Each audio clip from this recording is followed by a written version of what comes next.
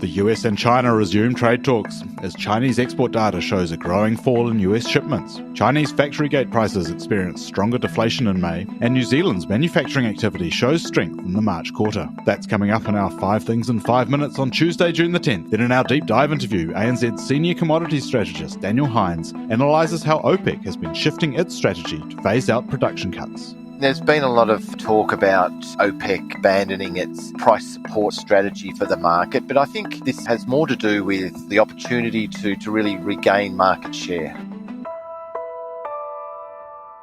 But first, in 5 and 5 with ANZ, I'm Alex Tarrant in for Bernard Hickey. The US and China resumed trade talks in London overnight. The focus is on easing Chinese restrictions on rare earths and US export controls on certain tech products. Data yesterday showed China's exports were up 4.8% in May from a year ago, below market expectations for 6% growth. Exports to the US were down 34% over the year, compared to a 21% drop in April. Here's ANZ economist Vicky Xiaozhou.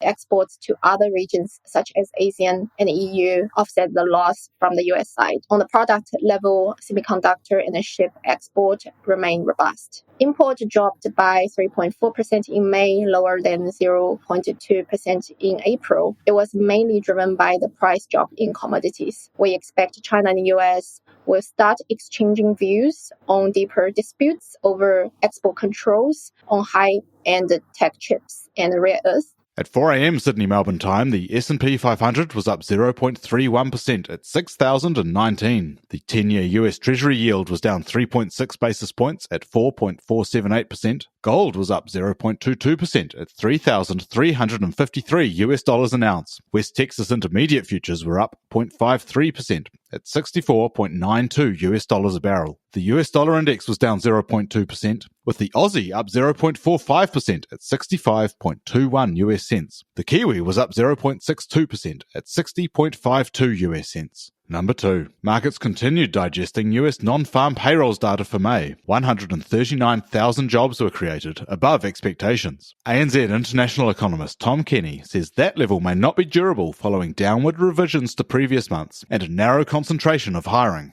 The overall picture of this report suggests that there are some signs of softness in the labour market, but nothing that the Fed would be worried about at this stage. It would require a much more material weakening in jobs growth and a sharp rise in the unemployment rate for it to consider easing policy. We think that the Fed will continue to assess the labour market as being in a good position, which will reaffirm its patient stance in monetary policy. Number 3. Back to China, where annual consumer price inflation remained at minus 0.1% in May. Producer price inflation was minus 3.3%, weaker than expectations. ANZ senior China strategist Zhao Pengzheng says the drop was caused by limited external demand and imported deflation. Both are related to the trade war. We maintain our call of 40 bips interest rate cut in the second half of the year. The authorities need to cut interest rate significantly to boost the consumers' demand. Number 4. The Reserve Bank of India's 50 basis point rate cut on Friday was a surprise, but represents a front-loading of easing, says ANZ economist Jiraj Nim. Markets had expected a 25 basis point cut after strong GDP data last week.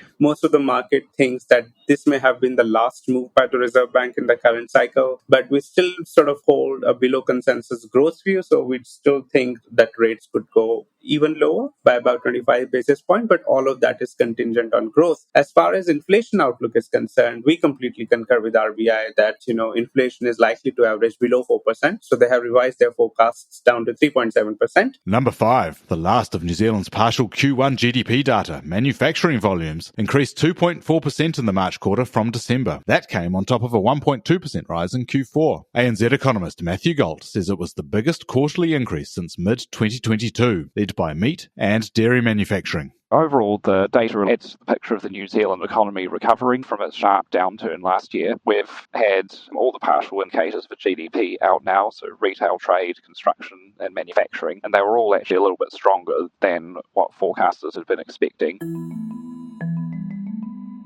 Matthew Galt there. Now for our deep dive interview, ANZ's senior commodities strategist Daniel Hynes analyses how OPEC's move to phase out voluntary production cuts has shifted in recent months and what this could mean for the oil bloc. OPEC agreed to increase production by 411,000 barrels a day in July. This matches increases that they agreed to for May and June. But these increases are significantly higher than the original plan. Under the phase-out of the 2.2 million barrel a day voluntary cuts, the group did agree to increase output on a small incremental basis every month, approximately 138,000 barrels a day. So these increases of 411, obviously significantly higher than they had originally planned, and have obviously caused some concern in the market, considering that the demand outlook has been rather uncertain due to the Trump tariffs and obviously increases in other non-OPEC sources in recent years. So it has really thrown the cat amongst the pigeons, and I think the market is becoming increasingly concerned about this becoming the norm rather than the exception in these early months of that phase-out plan.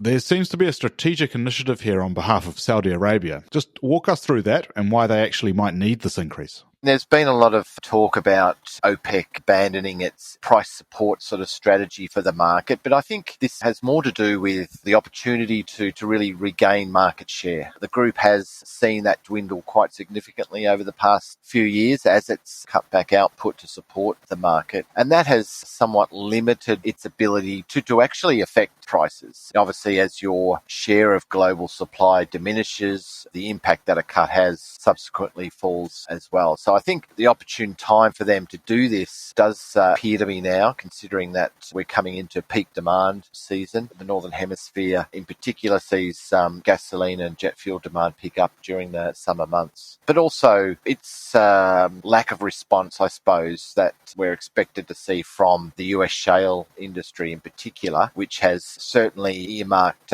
rather subdued investment capital expenditures in the like over the next 6 months or so, considering where break-even and profitable levels are for that industry. So I think they've taken a view that time is now to really start to regain some market control and really push through these increases when they can. And there's also broader geopolitical context, such as the US president calling for a lower oil price. Is this playing into these decisions at all? It's all been, I think, part of their thinking. Clearly, Trump wants lower oil prices, and certainly at the start of his second term as president, he called on OPEC to increase output to lower prices. And we obviously saw him tour the Middle East just recently, which I think probably led some support or agreement from OPEC producers to follow along these lines. But even broader than that, I think OPEC has been watching the renewed sort of tensions in the Middle East. The Ukraine-Russia, after some hope of a peace deal, does seem to have been reignited recently. But more importantly, I think the Iran nuclear deal looks far from being reached, and Trump administration is really now looking, I think, at applying some additional pressure to force them to the negotiating table, which could envelop a strengthening of US sanctions on Iranian oil exports. So these have all played a part in this shift in strategy by OPEC.